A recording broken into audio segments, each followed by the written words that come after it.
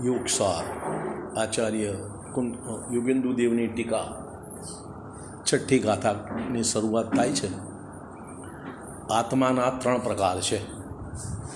ત્રિવિધ આત્મા જાણીને તજ બહિરાત્મ રૂપ થઈ તું અંતર આત્મા ધ્યા પરમાત્મ સ્વરૂપ। ત્રણ પ્રકારના આત્મા છે, અંતરાત્મા, બહિરાત્મા અને પરમાત્મા। આત્માને ત્રણ પ્રકારે જાણો, પરમાત્મા, અંતરાત્મા અને બહિરાત્મા। ભ્રાંતિ અથવા શંકા રહિત થઈને બહિરાત્માપણું છોડી દો, અંતરાત્મા થઈને પરમાત્માનું ધ્યાન કરો।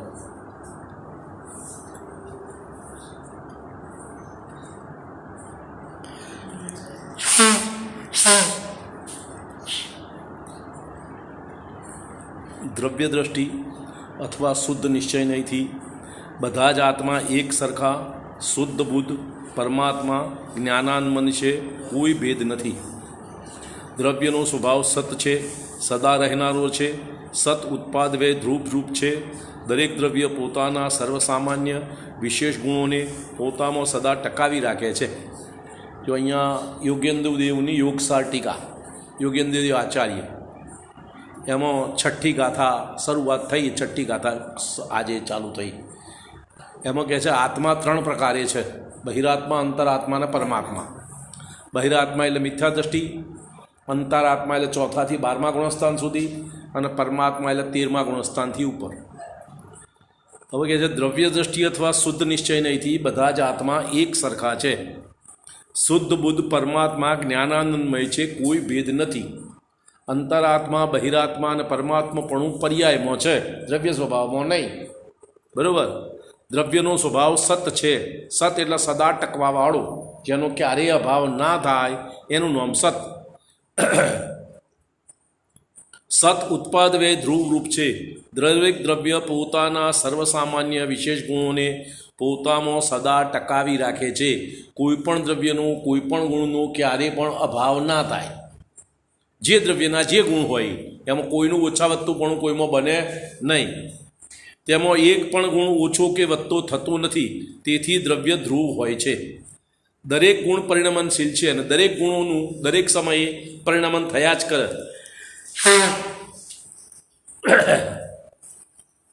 કુટસ્થ નિત્ય નથી, નિત્ય છે પણ કુટસ્થ નહીં। કુટસ્થ એટલે કોઈ પણ પ્રકારનો ફેરફાર ના થાય એવું કુટસ્થ નહીં, બરાબર। જો તે કુટસ્થ નિત્ય હોય તો કાર્ય ન કરી શકે। ગુણોના પરિણમનથી જે સમયે સમયે દરેક ગુણની અવસ્થા થાય છે તે ગુણની પર્યાય છે। ખ્યાલ આવે છે? દ્રવ્ય ગુણ પર્યાય મત વત સત, સત દ્રવ્ય ગુણ પર્યાય વત।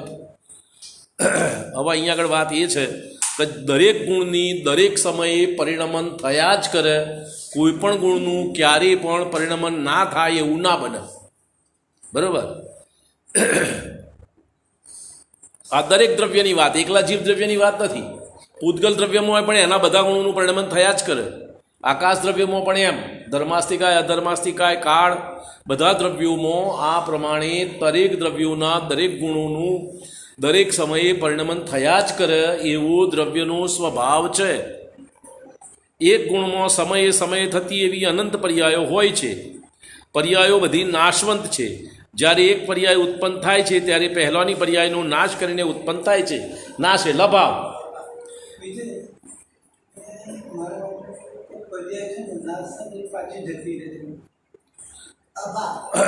જો કાકા, પર્યાય રૂપે નથી રહેતી, એટલે પર્યાયનો અભાવ, બરોબર।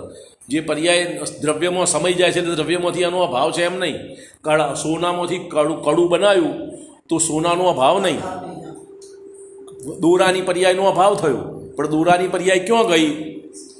સોનામાં થોડી છે, સોનું સોનામાં છે, અને નવી પર્યાય ઉત્પન્ન થઈ પહેલાંના અભાવપૂર્વક એમ, બરાબર।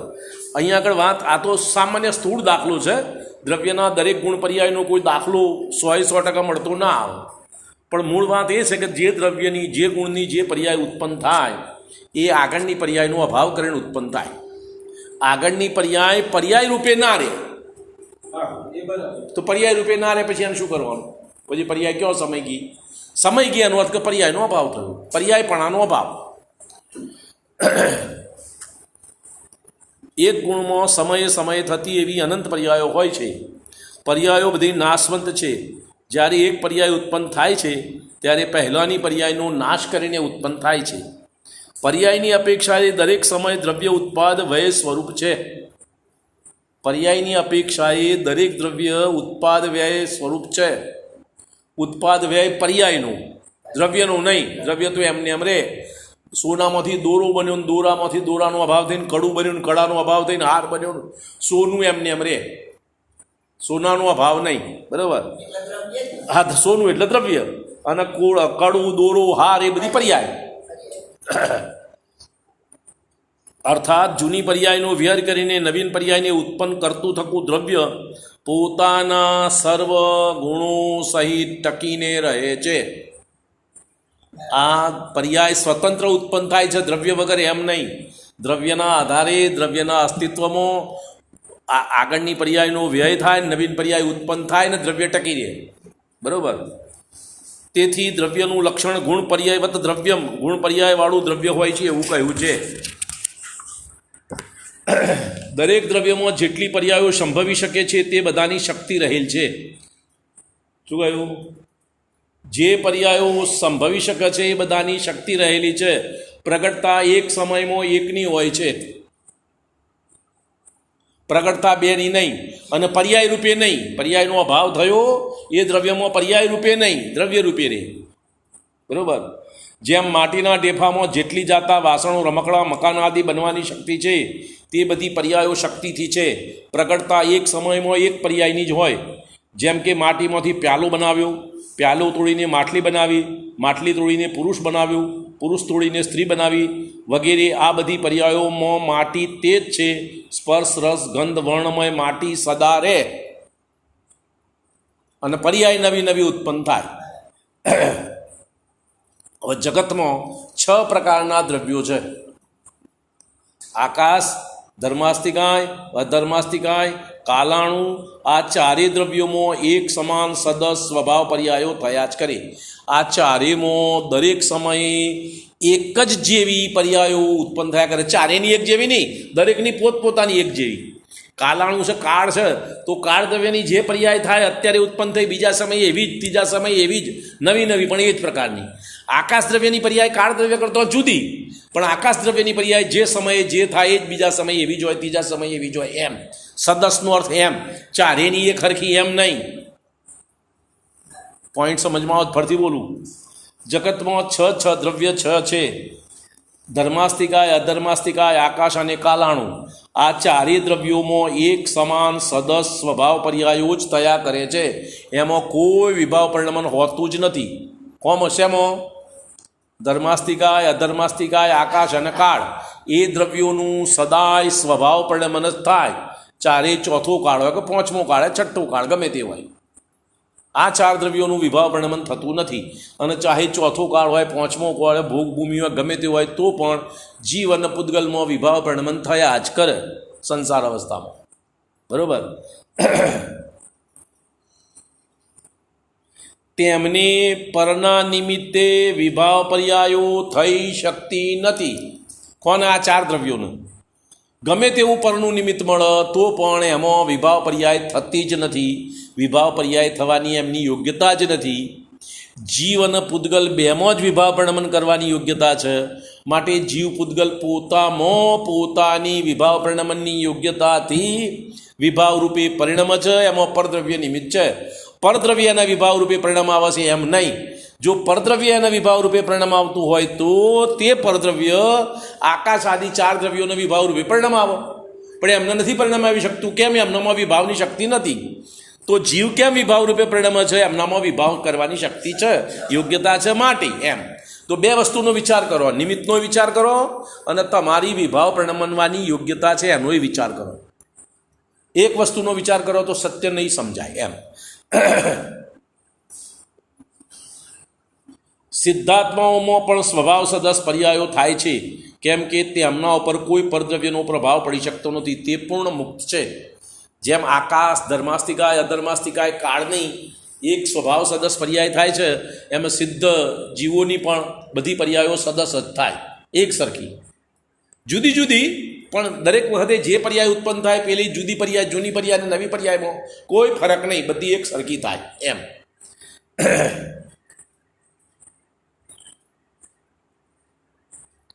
પરંતુ સંસારી આત્મામાં કર્મનો સંયોગ અને ઉદય હોવાના કારણે વિભાવ પર્યાયો અને અશુદ્ધ પર્યાયો થાય છે. જે પરમાણુ જગન્યઉ સ્નિગ્ધ કે વૃક્ષ ગુણવાયો હોય તે કોઈ સાથે બંધાતો નથી. આ પૂતગલ પરમાણુની વિભાવ પરિણતિની વાત. તે પરમાણુ પણ સ્વભાવ પર્યાયો થાય છે. જ્યારે એ જ કે સ્નિગ્ધ કે વૃક્ષ ગુણોનો અંશ વધવાથી બીજા પરમાણુ સાથે બંધયોગ થઈ જાય છે ત્યારે તેમાં વિભાવ પર્યાય થાય છે. પૂતગલ દ્રવ્યનું વિભાવ પરિણમન એ સ્કંદ રૂપે પરિણમવું એ એનું વિભાવ પરિણમન છે. શુદ્ધ પૂતગલ પરમાણુ રૂપે રહેવું એનું સ્વભાવ પરિણમન છે પૂતગલ દ્રવ્યનું. પર્યાયો બે પ્રકારની છે, અર્થ પર્યાય અને વ્યંજન પર્યાય. અર્થ પર્યાય એટલે ભાવરૂપ અને વ્યંજન પર્યાય એટલે પ્રદેશરૂપ, ફેલાવવું. જુઓ આ કાગળ આટલો લાંબો પહોળો છે વ્યંજન પર્યાય, અને ક્વોલિટી આ છે એ અર્થ પર્યાય. પોઈન્ટ સમજમાં આવે છે? તો અર્થ પર્યાય એટલે જીવના પરિણામ અને વ્યંજન પર્યાય એટલે જીવનો આકાર. પૂતગલ દ્રવ્યનો આકાર એ પૂતગલની વ્યંજન પર્યાય અને પૂતગલના પરિણામ સ્નિગ્ધ રૂપ, રસ, ગંધ, વર્ણ રૂપે એની અર્થ પર્યાય. ખ્યાલ આવ્યો? એમ આકાશ દ્રવ્યની પણ એમ આકાશના પ્રદેશો હોય, દરેક દ્રવ્યના પ્રદેશો હોય, કોઈ પણ પ્રદેશ વગરનું કોઈ દ્રવ્ય નથી.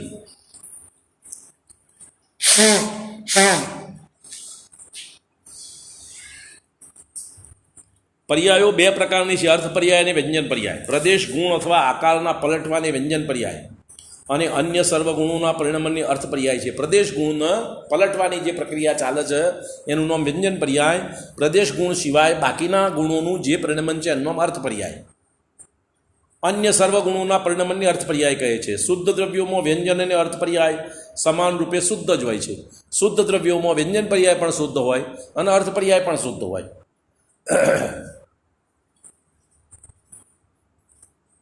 અશુદ્ધ દ્રવ્યમાં અશુદ્ધ અર્થ પર્યાય અને આકાર પલટવારૂપ અશુદ્ધ અથવા વિભાવ વ્યંજન પર્યાય હોય છે. સંસારી આત્માઓમાં અશુદ્ધ તો છે, પણ દરેક આત્મા પોતાના બધા જ ગુણોના શુદ્ધ અથવા અશુદ્ધ પરિણમનની શક્તિઓ છે. જ્યાં સુધી તે અશુદ્ધ છે ત્યાં સુધી અશુદ્ધ પર્યાયો પ્રગટ થાય છે. આત્માની અંદર એના ગુણોનું અશુદ્ધ પરિણમન થાય છે, કારણ કે એની યોગ્ય વિભાવ રૂપે પરિણમવાની છ માટે. જેની યોગ્યતા વિભાવ રૂપે પરિણમવાની નથી એને કોઈ વિભાવ રૂપે પરિણમાવી શકે નહીં. વિભાવ રૂપે પરિણમવાની યોગ્યતા સ્વભાવ નથી,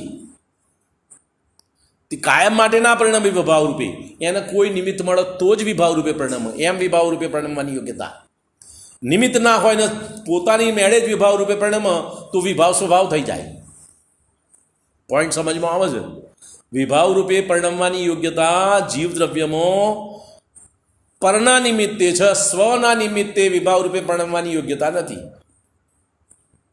તો જીવ પરનું નિમિત્ત કરે તો પોતે વિભાવ રૂપે પરિણમે, પણ પોતાની વિભાવરૂપ પરિણમવાની યોગ્યતા છે માટે. બરોબર? સંસારી આત્માઓ અશુદ્ધ છે તો પણ દરેક આત્મામાં પોતાના બધા જ ગુણોના શુદ્ધ અથવા અશુદ્ધ પરિણમનની શક્તિઓ છે. જ્યાં સુધી તે અશુદ્ધ છે ત્યાં સુધી અશુદ્ધ પર્યાયો પ્રગટ થાય છે, અથવા શુદ્ધ થતો શુદ્ધ પર્યાયો જ પ્રગટ થાય છે. શુદ્ધ આત્મામાં પણ શુદ્ધ અને અશુદ્ધ પર્યાયો હોવાની શક્તિ છે, પરંતુ શુદ્ધ પર્યાયો જો પ્રગટ થાય છે કેમ કે અશુદ્ધ પર્યાયો થવા માટે પૂતગલનું કોઈ નિમિત્ત નથી. શુદ્ધ જુઓ, આ પૂતગલ અને જીવ બે દ્રવ્યની અંદર ક્રિયાવતી શક્તિ 6 દ્રવ્યમાં છે. ક્રિયાવતી શક્તિ 6 દ્રવ્યમાં છે. ક્રિયાવતી શક્તિ એટલે પરિણમવાની એવી યોગ્યતા 6 દ્રવ્યમાં છે, પણ એ ક્રિયાવતી શક્તિનું વૈભાવિક પરિણમન થવાની યોગ્યતા ફક્ત જીવ અને પૂતગલ બેમાં છે, બાકીનામાં નથી. તો વિભાવ રૂપે પરિણમવાની યોગ્યતા ક્રિયાવતી શક્તિનું વિભાવ પરિણમન પરનિમિત્તે થાય, સ્વનિમિત્તે નહીં. યોગ્યતા ખરી પણ કેવી? પરનિમિત્તે વિભાવ પરિણમન કરે, સ્વનિમિત્તે નહીં. તો અહીંયા આગળ એ કહે છે કે શુદ્ધ થતો શુદ્ધ પર્યાયો પ્રગટ થાય, પરંતુ શુદ્ધ આત્માઓમાં પણ શુદ્ધ અને અશુદ્ધ પર્યાયો હોવાની શક્તિ છે. અત્યારે નિમિત્ત નથી માટે અશુદ્ધ પર્યાય પ્રગટતી નથી, પરંતુ શુદ્ધ પર્યાયો પ્રગટ થાય છે કેમ કે અશુદ્ધ પર્યાયો થવા માટે પૂતગલનું કોઈ નિમિત્ત નથી. એક પરમાણુમાં સર્વ સંભવિત પર્યાયો થવાની શક્તિ છે. એક સૂક્ષ્મ પૂતગલ પરમાણુ એ પૂર્ણ દ્રવ્ય છે, એનામાં બધા ગુણોના પરિણમન થવાની શક્તિ છે. તેવી જ રીતે આત્મામાં નિગોદથી મળીને સિદ્ધ પર્યાય સુધીની સર્વ પર્યાયો થવાની શક્તિ છે. આ વસ્તુ સ્વભાવ છે અને કોઈએ બનાવ્યો નથી. એવું સ્વરૂપ દરેક દ્રવ્યનું છે. મારું પણ છે, તમારું છે, કીડી મકોડા સૂક્ષ્મ નિગોદી આ બધા જીવોનું આ સ્વરૂપ છે. નિગતથી મળીને સિદ્ધ સુધીની બધી પર્યાયો પ્રગટ થવાની લાયકાત મારા તમારા બધામાં છે. બરાબર. એના માટે તમારે કોઈ સ્વભાવ પેદા કરવાનો છે, કોઈ વિશેષતા પેદા કરવાની છે એમ નથી. તમારી વિપરીતતાનો અભાવ કરો એટલે સ્વભાવ પરિણમન થઈ જાય, બસ એટલી જ વાત. સિદ્ધ ભગવાનોમાં બહિરાત્મા, અંતરાત્મા અને પરમાત્મા ત્રણેયની પર્યાય થવાની શક્તિ છે. તેમાંથી પરમાત્માપણાની શક્તિ વ્યક્ત અથવા પ્રગટ છે અને બાકીની બે શક્તિઓ અપ્રગટ છે. બહિરાત્માપણું અંતરાત્માપણાની શક્તિ અપ્રગટ છે સિદ્ધ ભગવાનમાં, અને પરમાત્માપણાની શક્તિ પ્રગટ છે. પ્રગટ એટલે વર્તમાન. એવી જ રીતે સંસારી આત્માઓમાં જે બહિરાત્મા છે તેમને બહિરાત્માની પર્યાયો તો પ્રગટ છે, તે જ વખતે અંતરાત્મા આત્મા અને પરમાત્માની પર્યાય શક્તિ રૂપે અપ્રગટ છે. જો કે ત્રણેય શક્તિ એક સાથે જ છે, ત્રણેયની યોગ્યતા સાથે જ પ્રગટ અત્યારે બહિરાત્માપણું છે. અંતરાત્મામાં અંતરાત્માની પર્યાયો જે પ્રગટ છે તે જ વખતે બહિરાત્મા અને પરમાત્માની પર્યાયો શક્તિ રૂપે અપ્રગટ છે. વાસ્તવમાં દ્રવ્યને શક્તિની અપેક્ષાએ જોવામાં આવે તો દરેક આત્મામાં બહિરાત્મા, અંતરાત્મા, પરમાત્મા ત્રણેય શક્તિઓ છે. તેમાંથી કોઈ એકની પ્રગટતા રહેશે અને બેની અપ્રગટતા રહેશે. આ ત્રણ પ્રકારની શક્તિ છે, અંતરાત્મા, બહિરાત્મા, પરમાત્માપણું. ત્રણમાંથી ગમે તે એક પ્રગટ હોય, બાકીનો બે અપ્રગટ હોય. અંતરાત્મા પ્રગટ હોય તો બહિરાત્મા પરમાત્મા પ્રગટ, પરમાત્માપણું પ્રગટ હોય તો અંતરાત્મા બહિરાત્મા પ્રગટ, બહિરાત્માપણું હોય તો અંતરાત્મા પરમાત્મા પ્રગટ. એમ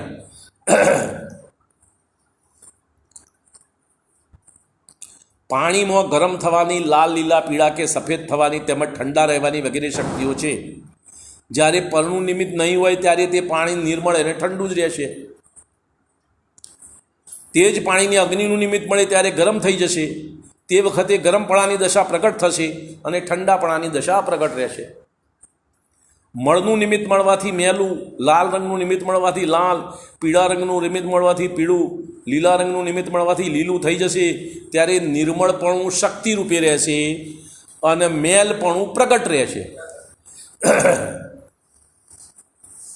કોઈ પાણીને પરનું નિમિત્ત ન મળે તો સદાય નિર્મળ અને ઠંડુ જ રહેશે, પરંતુ ગરમ, મલિન કે રંગીન થવાની શક્તિઓનો તે પાણીમાંથી અભાવ નહીં થઈ જાય. એના વિભાવ રૂપે પરિણમવાની જે યોગ્યતા છે એનો અભાવ નહીં, અત્યારે વિભાવ રૂપે પરિણમતું નથી. એમ એવી રીતે જીવ દ્રવ્યમાં વિભાવ પરિણમન કરવાની યોગ્યતાનો અભાવ નહીં, પરમાત્માપણું પ્રગટ થાય તારે, પણ અત્યારે વિભાવ રૂપ પરિણમન નથી, એટલી જ વાત. સિદ્ધ પરમાત્માઓ કર્મોદયનું નિમિત્ત ન હોવાથી તે કદી પણ અંતરાત્મા કે પરમાત્મા નહીં થાય, પરંતુ એની શક્તિઓનો તેમનામાં અભાવ નહીં થાય.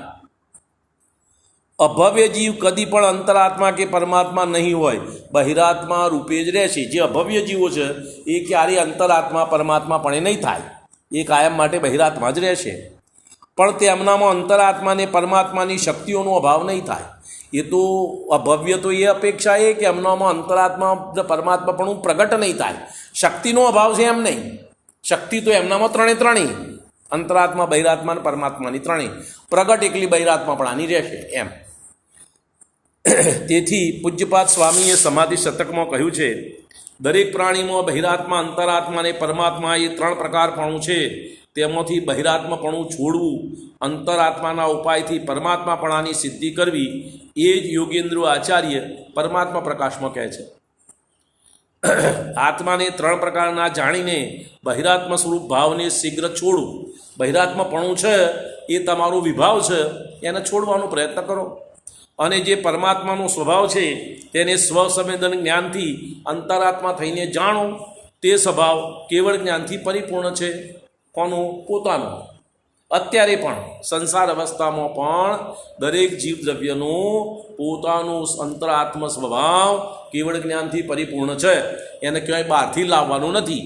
એ યોગ્યતા થતો અંતરમાંથી પ્રગટ થશે. એમ મિથ્યા દર્શન આદિ 14 ગુણસ્થાન છે, એની શક્તિ સર્વ આત્મામાં છે. 14 ગુણસ્થાનની. સહયોગ કેવલી 13મું ગુણસ્થાન, અયોગ કેવલી 14મું ગુણસ્થાન. બરાબર. પ્રગટતા એક સમય એક ગુણસ્થાનની સંસારી આત્મામાં રહે છે. પ્રગટતા કોઈક દરેક વખતે જ્યારે જુઓ ત્યારે એક જ ગુણસ્થાનની હોય. જો કે આ બધાય 14 ગુણસ્થાન સંસારી આત્મામાં હોય છે. સિદ્ધોમાં કોઈ ગુણસ્થાન નથી. સિદ્ધ ગુણસ્થાનથી અતીત અવસ્થા. તો પણ સંસારી જીવોને બહિરાત્મા, અંતરાત્મા અને પરમાત્મા એ 3 અવસ્થાઓમાં વિભાગ થઈ શકે છે. જે પોતાના આત્માને યથાર્થ ન જાણે, ન માને, ન અનુભવે તે બહિરાત્મા. મિથ્યાત્વ, સાસાદન અને મિશ્ર ગુણસ્થાનવાળા બધા બહિરાત્મા. પહેલું, બીજું, ત્રીજું 3 ગુણસ્થાન. જે પોતાના આત્માને સમ્યક જેમ છે તેમ શ્રદ્ધે જાણે અને અનુભવે તે અંતરાત્મા. જ્યાં સુધી કેવળ જ્ઞાન ન થાય ત્યાં સુધી ચોથા અવિરત સમ્યકથી મળીને 5મું દેશ વિરત, 6ઠું પ્રમત વિરત, 7મું અપ્રમત વિરત, 8મું અપૂર્વકરણ, 9મું અનિવૃત્તિકરણ, 10મું સૂક્ષ્મલોભ, 11મું ઉપશાંતમોહ અને 12મું ક્ષીણમોહ સુધીના 9 ગુણસ્થાનવાળા બધા આત્માઓ અંતરાત્મા સમ્યક દ્રષ્ટિ છે. ચોથાથી 12માં પહેલું, બીજું, ત્રીજું બહિરાત્મા અને 13-14 પરમાત્માપણું. સયોગી કેવળી જીન 13માં અને અયોગી કેવળી જીન 14મા ગુણસ્થાનવાળા અર્યંત પરમાત્મા છે. આ બંને ગુણસ્થાનવાળાઓને સંસારી એટલા માટે કહ્યા છે તેમની આયુ, નામ, ગોત્ર અને વેદનીય એ 4 અઘાતી કર્મનો ઉદય ચાલી રહ્યો છે. બરાબર. ક્ષય થયો નથી. યથાર્થમાં સિદ્ધ જ શરીર રહિત પરમાત્મા છે. 13મું અને 14મું ગુણસ્થાન શરીર સહિત પરમાત્મા અને સિદ્ધ અવસ્થા શરીર રહિત પરમાત્મા. કહેવાનું પ્રયોજન એ છે કે બહિરાત્મપણું ત્યાગવા યોગ્ય છે. કેમ કે આ દશામાં પોતાના આત્માના સ્વરૂપના શ્રદ્ધા, જ્ઞાન, ચારિત્ર થતા નથી. બહિરાત્મા અવસ્થા વખતે પોતાના આત્માનું શ્રદ્ધા, જ્ઞાન, ચારિત્ર, સમ્યક દર્શન, જ્ઞાન, ચારિત્ર હોતું નથી.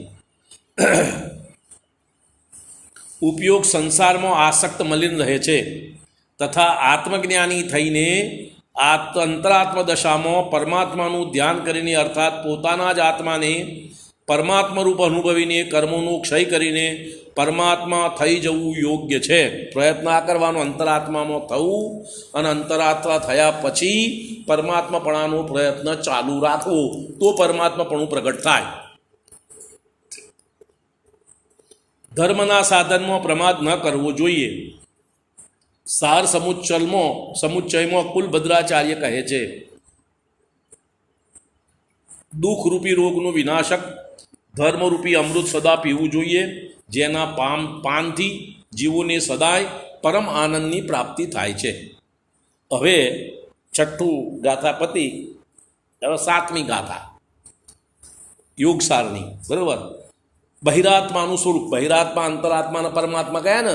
હવે બહિરાત્માનું સ્વરૂપ, અંતરાત્માનું સ્વરૂપ, પરમાત્મા સ્વરૂપ એમ 3 સ્વરૂપ બતાવશે. મિથ્યામતિથી મોહી જન જાણે નહીં પરમાત્મા, તે બહિરાત્મ જીન કહે તે ભમતો સંસાર. તે સંસારમાં પરિભ્રમણ કરે છે. કોણ? બહિરાત્મા. કેવો છે બહિરાત્મા? કે પરમાત્માનું સ્વરૂપ જાણતો નથી. મિથ્યામતથી, મિથ્યામતિ એટલે ઊંધળી બુદ્ધિથી મોહિત થયેલો છે. મિથ્યા દર્શનથી મોહી જીવ પરમાત્માને જાણતો નથી. એ જ બહિરાત્મા છે. તે વારંવાર સંસારમાં ભ્રમણ કરે છે એમ શ્રી જીનેન્દ્ર દેવે કહ્યું છે. ભગવાન એમ કહે છે કે જે મિથ્યામતિથી મોહિત થયો છે અને પોતાનું પરમાત્મા સ્વરૂપ સમજતો નથી, સ્વીકારતો નથી, માનતો નથી, જાણતો નથી, એ બહિરાત્મા સંસારમાં પરિભ્રમણ કર્યા કરે છે. જેમ મદિરા પીને કોઈ ઉન્મત્ત થઈ જાય તો તે બેશુદ્ધ થઈને પોતાને પણ ભૂલી જાય, પોતાનું ઘર પણ ભૂલી જાય, તેમ આ જીવ મિથ્યા દર્શન કર્મના ઉદયથી મોહી થઈ પોતાના આત્માનું સ્વરૂપ ભૂલી ગયો છે. તે પોતાને શરીર રૂપ જ માની લે છે. શરીરના સંયોગો અને બાહ્ય ઉપયોગ જવાથી થવાવાળા રાગ, દ્વેષ, મોહ, ભાવ એ બધું આત્માથી બહાર છે. એમાં આત્મપણું માનવું, પોતાપણું માનવું, એકત્વપણું માનવું એ મિથ્યાત્વ છે. એ બહિરાત્મપણું છે. બરાબર.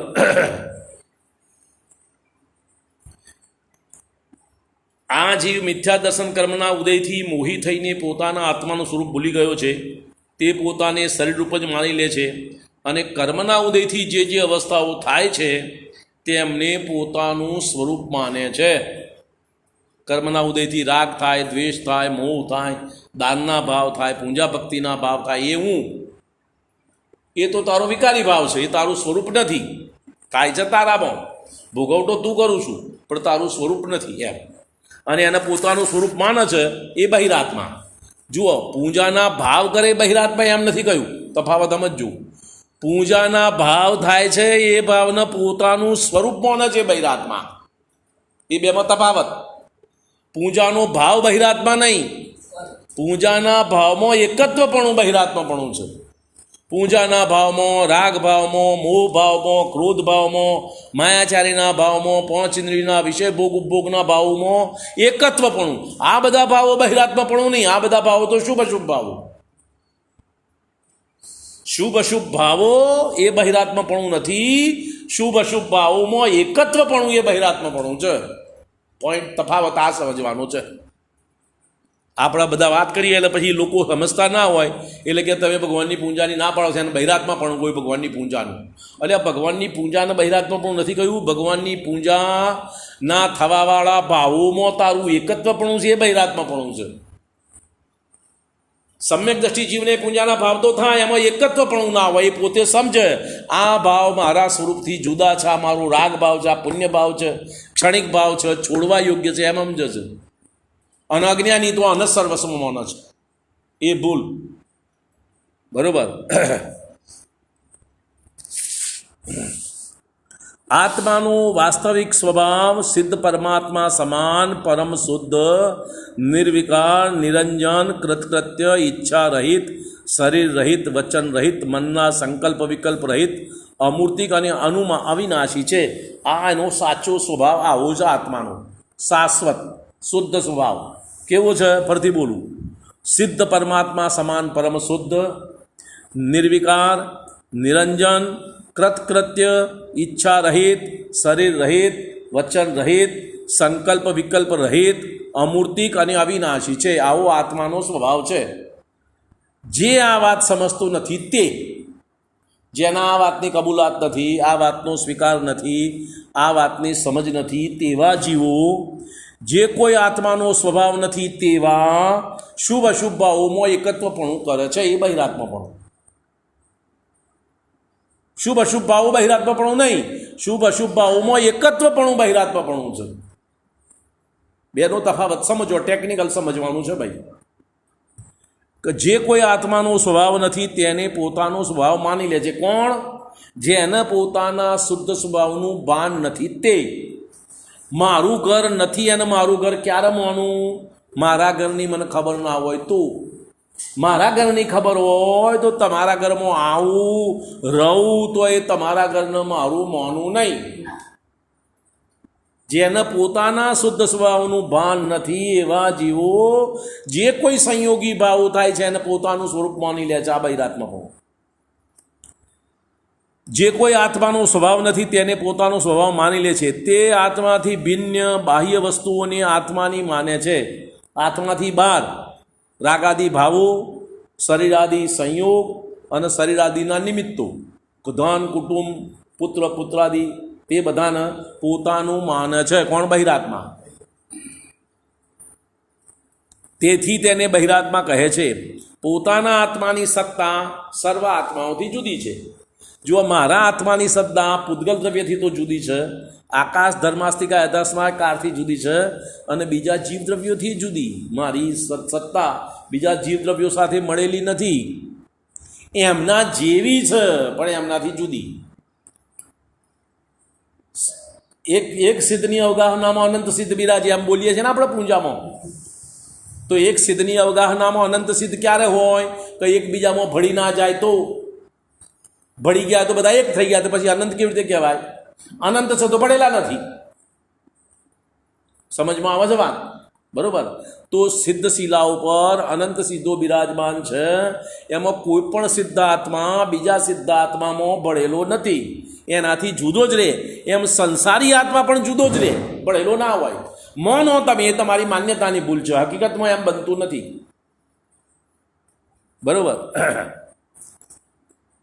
પોતાના આત્માની સત્તા સર્વ આત્માથી જુદી છે, સર્વ પૂતગલોથી જુદી છે, ધર્મ અધર્મ આકાશ કાળથી જુદી છે. આ વાત બહિરાત્મા સમજતો નથી અને ક્યાંય ને ક્યાંય ભૂલ કરી પરદ્રવ્યોની સંયોગી અવસ્થામાં પોતાપણું એકત્વપણું માને છે. એનું નામ બહિરાત્મા. સંયોગનું નામ બહિરાત્મા નહીં. શું કહ્યું? જો અનંત ભગવાનને કેવલી ભગવાનના શરીરનો સંયોગ છે એનું નામ બહિરાત્માપણું નહીં. શરીરમાં મારાપણું છે એનું નામ બહિરાત્માપણું. સમજમાં આવે છે પોઈન્ટ? બરોબર.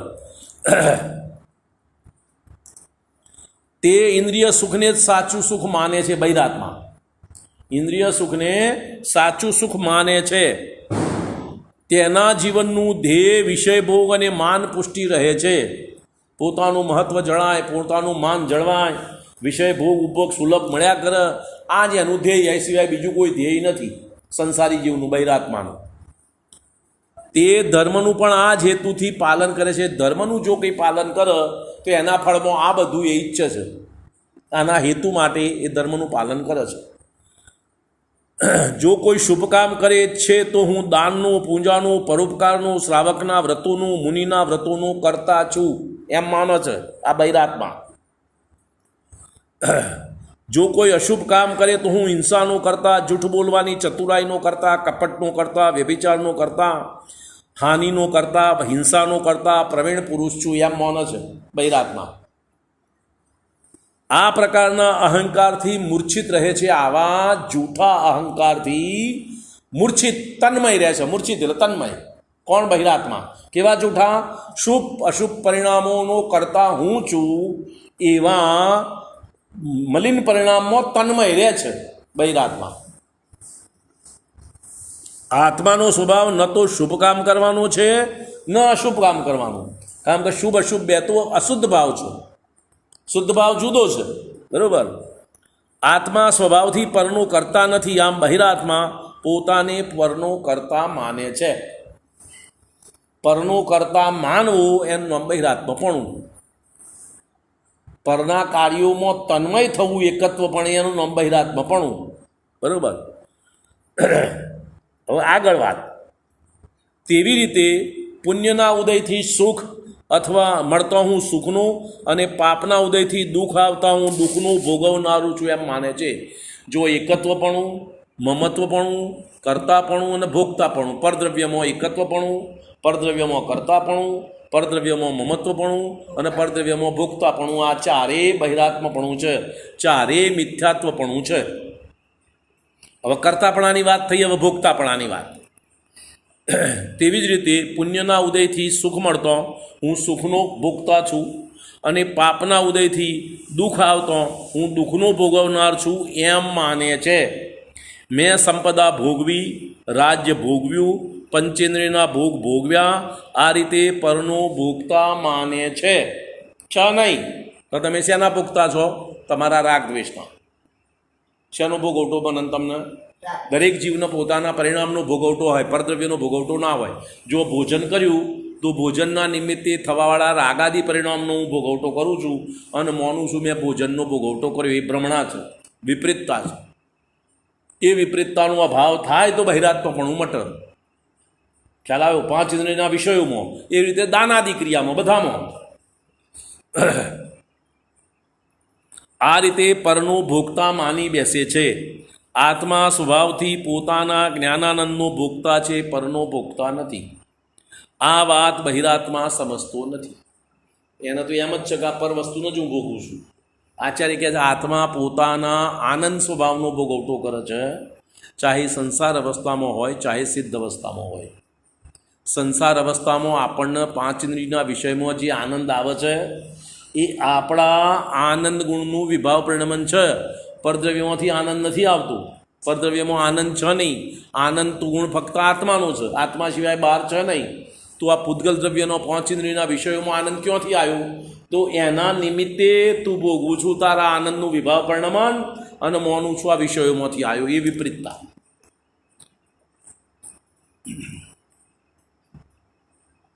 મન, વચન, કાયા, પૂતગલકૃત વિકાર અને કર્મોના ઉદયથી તેમની ક્રિયાઓ થાય છે, અશુભ અશુભ ક્રિયાઓ. શુભ અશુભ ક્રિયાઓથી કે મન વચન કાયા અને પૂતગલનો વિકાર અને કર્મોનો ઉદય, આ બધાના સમન્વયથી આ બધી બાહ્ય ક્રિયાઓ થાય છે. આ બહિરાત્મા ત્રણેયને અને એમની ક્રિયાઓને પોતાની ક્રિયા માને છે. અનેક શાસ્ત્રો વાંચીને હું પંડિત થયું છે અભિમાનમાં ચૂર્ણ થઈને પરનું તિરસ્કાર કરીને પ્રસન્ન થનાર બહિરાત્મા હોય છે. જેને જ્ઞાનનો મદ થાય એ બહિરાત્મા હોય.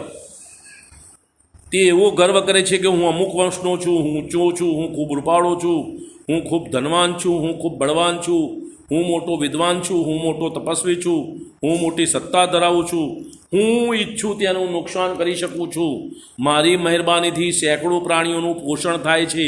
આવા અહંકારથી બહિરાત્મા તન્મય રહે છે. આ બધું બહિરાત્માપણું છે. આવું માન્યતા, બીજાને મદદ કરવી, બીજાને દયા કરવી, એનું નામ બહિરાત્માપણું નહીં. એ હું કરું છું એમ માનવું એ બહિરાત્માપણું. બહિરાત્માની દ્રષ્ટિ આંધળી હોય છે. એ જીનેન્દ્રદેવની મૂર્તિમાં સ્વાનુભવરૂપ જીનેન્દ્રના આત્માને ઓળખી શકતો નથી.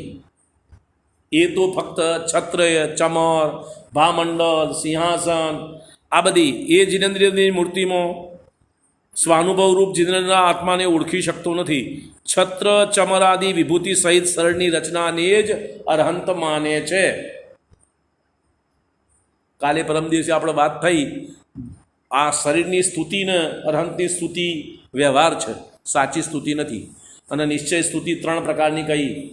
એમાં જગન્ય સ્તુતિ, મધ્યમ સ્તુતિ, ઉત્તમ સ્તુતિ, એની કાલે વાત કરી. સમયસારની અંદર શરૂઆતમાં પૂર્વરંગમાં આ બધી ચર્ચા આવે છે કે જ્ઞેયજ્ઞાયક વિભાવનો પરિહાર, જ્ઞેયજ્ઞાયક શંકર દોષનો પરિહાર, એનું નામ જગન્ય નિશ્ચય સ્તુતિ. ભાવ્ય ભાવક દોષના, ભાવ્ય ભાવક પરિણામના શંકર દોષનો પરિહાર એટલા ભાવ, એનું નામ મધ્યમ જગન્ય સ્તુતિ, અરે મધ્યમ નિશ્ચય સ્તુતિ. અને ભાવ્ય ભાવક દોષનો અભાવ, પરિહાર નહીં, અભાવ, એનું નામ ઉત્તમ નિશ્ચય સ્તુતિ. કોની? જીનેન્દ્ર ભગવાનની. ક્યાં કરવાનો ફેરફાર? પોતાના પરિણામમાં. મારા ભાવ્ય ભાવકમાંથી હું દોષનો અભાવ કરું, એનું નામ જીનેન્દ્ર ભગવાનની નિશ્ચય સ્તુતિ. હું મારા ભાવ્ય ભાવકમાંથી એકત્વપણાનો અભાવ કરું, શંકર દોષનો, એનું નામ મધ્યમ પ્રકારની નિશ્ચય સ્તુતિ. અને જ્ઞેયજ્ઞાયકમાંથી શંકરપણાનો, મિશ્રપણાનો અભાવ કરું, એનું નામ જગન્ય નિશ્ચય સ્તુતિ જીનેન્દ્ર ભગવાનની. કરું મારા પરિણામમાં. બરોબર. અને આ બધી ભગવાનના ચમરની, એમના સમોસરણની, એમના શરીરની, એમના ગુણોની, એમના ઇન્દ્ર દેવેન્દ્રોકૃત અતિશયોની આ બધી ભક્તિ કરવી એ વ્યવહાર સ્તુતિ છે. પોઈન્ટ સમજમાં આવે છે? છત્ર ચમરાદી વિભૂતિ શરીરની રચના જે માની લે છે. હવે જો આને જ માની લીધું તો પછી આગળનો વિચાર નહીં કરે. પણ આ વ્યવહાર સ્તુતિ છે એમ સમજે તો નિશ્ચય સ્તુતિ શું છે એનો વિચાર આવે. પણ આ જ સાચી સ્તુતિ તો પછી આગળ વિચાર નહીં આવે. ગુરુની પૂજા ભક્તિ થાય છે. ગુરુ મહાન ચતુર્વક્તા છે. ગુરુનું શરીર પ્રભાવશાળી છે. ગુરુ મહાન વિદ્વાન છે. અનેક શાસ્ત્રોના જ્ઞાતા છે. આ રીતે ગુરુ મહિમા તરફ ધ્યાન દે છે. પણ ગુરુ આત્મજ્ઞાની છે કે નહીં એનું ધ્યાન કરતો નથી. ગુરુ પ્રભાવશાળી છે, ઘણા શિષ્યો છે, ઘણા લોકો પૂજા ભક્તિ કરે છે, ઘણા નમસ્કાર કરે છે, એ બધું માને છે. પરંતુ ગુરુ આત્મજ્ઞાની છે કે નહીં આ અંતરંગ તત્વ તરફ બહિરાત્મા ધ્યાન દેતો નથી. મહત્વનું તો એ છે. બરોબર. જુઓ કેટલા ભગવાન, મારી વાત સાંભળો, સમોસરણની અંદર આપણે વાત કરીએ તો ઋષભનાથ ભગવાનનું સમોસરણ 12 યોજનનું અને મહાવીર ભગવાનનું સમોસરણ 1 યોજનનું. ઘટતું જાય ને. અત્યારે અવસરપણી કાળ છે એટલે જેમ જેમ કાળ જતું જાય એમ શરીર નાનું થતું જાય, આયુ ઘટતી જાય, વિસ્તાર બધું ઘટતું જાય. બરાબર. તો ઋષભનાથ ભગવાનનું સમોસરણ 12 યોજનનું અને મહાવીર ભગવાનનું સમોસરણ 1 યોજનનું. બરાબર. અને બીજા બધા જે કેવલી થયા એમને તો સમોસરણ જ નહીં, ખાલી ગંધકુટી. હવે આ બધી શેની વ્યવસ્થા છે? બહિરંગ. આ બધી વ્યવસ્થા શું છે? બહિરંગ. અને અંતરંગ વાત કરો તો બધા એક સરખા.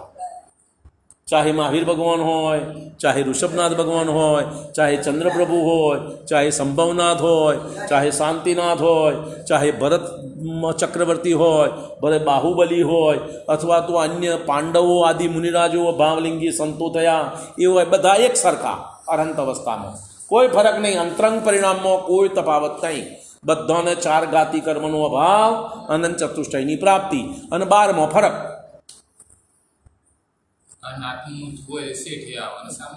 बस एम अरंत अवस्था है, अरंत अवस्था में कोई फरक नहीं। बहिरात्मा ने आ अंतरंग वस्तुनी भान नहीं, एनी समझ नहीं, एनी कबूलात नहीं, ये बहारथी ज महत्व समझे छे। शांतिनाथ भगवान हारान, पार्श्वनाथ भगवान हारान, आदिनाथ भगवान पहला, महावीर भगवान छेल्ला, आ बीजी बात उठती नहीं, एनी छेल्ला होय के पहला छ सरखा, ये बात एनी समझ में नहीं आती।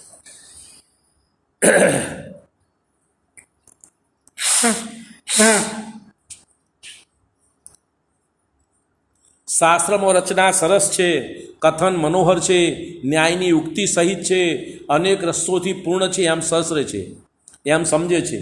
તે શાસ્ત્રના કથનમાં આધ્યાત્મ રસની ખોજ કરતો નથી, બહિરાત્મા તેનું પાન કરતું નથી। બહિરાત્માનું જીવન વિષય તથા કશાયનું પોષણ કરવામાં વ્યતીત થાય છે। તે મરીને પણ વિષય સુખની સામગ્રીને જ ઈચ્છે છે। આ જ ભાવનાથી ભારે તપનું સાધન કરે છે। બહિરાત્મા તપનું સાધન કરે, ધર્મ સાધન કરે તો એની પાછળ વિષય ભોગની અભિલાષા જ પડી છે, બીજું કંઈ છે નહીં। એને બીજું ભાન જ નથી, એ કરે છે તે બીજું ભાન હોય તો માગ, બરાબર। એમ હું શુદ્ધ થઈને સદા આત્મિક સુખ ભોગવી શકું એવી ભાવનાથી શૂન્ય, એવી એને સમજ નથી બહિરાત્માનો, એવી ભાવનાનો અભાવ છે। બહિરાત્માને મિથ્યાત્વ કર્મના ઉદયવશ સાચું તત્વ દેખાતું નથી। તે ભિન્ન ભિન્ન દર્શનોના શાસ્ત્રો સમજીને યથાર્થ જીનભાષિત તત્વો પર શ્રદ્ધા લાવતો નથી। લોકમાં 6 દ્રવ્યોની સત્તા હોવા છતાં પણ કેવળ એક બ્રહ્મમય જગત છે, એક પરમાત્મા ઈશ્વર સિવાય કંઈ નથી। આ બધી એની જ રચના છે, એનું જ રૂપાંતર છે, એની જ માયા છે। ઈશ્વર જ જગતનો કર્તા છે, જીવોને સુખ દુઃખનું ફળ આપે છે। આવી બધી કોઈને કોઈ પ્રકારની વિપરીત માન્યતાઓ બહિરાત્મા માને છે। પણ આ જગત સ્વયં સિદ્ધ અનાદિ નિધન સ્વરચિત છે એ વાત એની સમજમાં આવતી નથી, એની કબૂલાતમાં આવતું નથી। આ જગત 6 દ્રવ્યોનો સમૂહ છે, શાશ્વત છે, અનાદિ નિધન છે, એનો કરતા હર્તા કોઈ નથી, એ વાત એને સમજમાં આવતી નથી બહિરાત્માને। દ્રવ્યનો સ્વભાવ ધ્રુવ હોવા છતાં તે પરિણમનશીલ છે। દ્રવ્ય ધ્રુવ પણ છે ને પરિણમનશીલ છે, આ બંને એક સાથે છે। ચક્ર ફરે છે તો બોલો, ચક્ર ફરે છે કે સ્થિર ફરે છે? તો કેટલા માઇલ દૂર ગયું? એની જગ્યા ઉપર જ છે ને, તો એની જગ્યા ઉપર છે, સ્થિર છે અને છતાં ફરે છે। તો એમ દ્રવ્ય ધ્રુવ છે અને પરિણમનશીલ છે, નિત્ય છે અને અનિત્ય છે। દ્રવ્યનો સ્વભાવ ધ્રુવ હોવા છતાં તે પરિણમનશીલ છે। જો એમ ન હોય તો જગતમાં કંઈ કામ જ ન થાય। એમ ન માનતો કાં તો વસ્તુને સર્વથા નિત્ય અથવા સર્વથા પરિણમન માલે, અથવા તો સર્વથા અનિત્ય કે પરિણમનશીલ માની લે। કોઈ વાત બહિરાત્મા હિંસાના કાર્યોમાં ધર્મ માનીને, કોઈ વાર અહિંસાના કાર્યોમાં ધર્મ માનીને, હિંસાના કાર્યોમાં ધર્મ માનીને, પશુ બલિ આપીને, રાત્રિ ભોજન કરીને અથવા નદીઓમાં સ્નાન કરીને ધર્મ માને છે। કોઈ વાર વિતરાગતાની પૂજા ન કરતો શૃંગાર સહિતના દેવોની, શસ્ત્રાદિ સહિતના દેવોની, સંસારાસક દેવોની પૂજા કરવાથી ધર્મ માને છે। પુણ્યમાં પુણ્યબંધ માને છે અને મોક્ષ થવો પણ માને છે। આ સંસારાસક્ત દેવોની પૂજા ભક્તિ કરવાથી બહિરાત્મા ધર્મ થવું પણ માને છે, પુણ્ય થવું પણ માને છે અને મોક્ષ થવું પણ માને છે। કોઈ બહિરાત્મા આત્માની પૃથક સત્તા ઉપર વિશ્વાસ જ હોતો નથી। કોઈ પણ બહિરાત્માને આત્માનું સ્વતંત્ર અસ્તિત્વ છે એ વાત એના વિશ્વાસમાં આવતી નથી। જો સ્વતંત્ર અસ્તિત્વ મારું છે તો મારો પ્રયત્ન મારે કરવાનો, તમારું તમારે કરવાનું, પણ સ્વતંત્ર અસ્તિત્વની વાત એની સમજમાં, એના લક્ષમાં આવતી નથી। તે પૃથ્વી જળ અગ્નિ વાયુથી જ આત્માની ઉત્પત્તિ માની લે છે. પંચમહાભૂતમાંથી જીવ ઉત્પન્ન થાય અને પંચમહાભૂતમાં મળી જાય એવું હિન્દુ ધર્મની માન્યતા. અન્ય ધર્મોની માન્યતામાં આ જીવ બહિરાત્મા માને છે. બરાબર, સમય થઈ ગયો છે, આગળની વાત.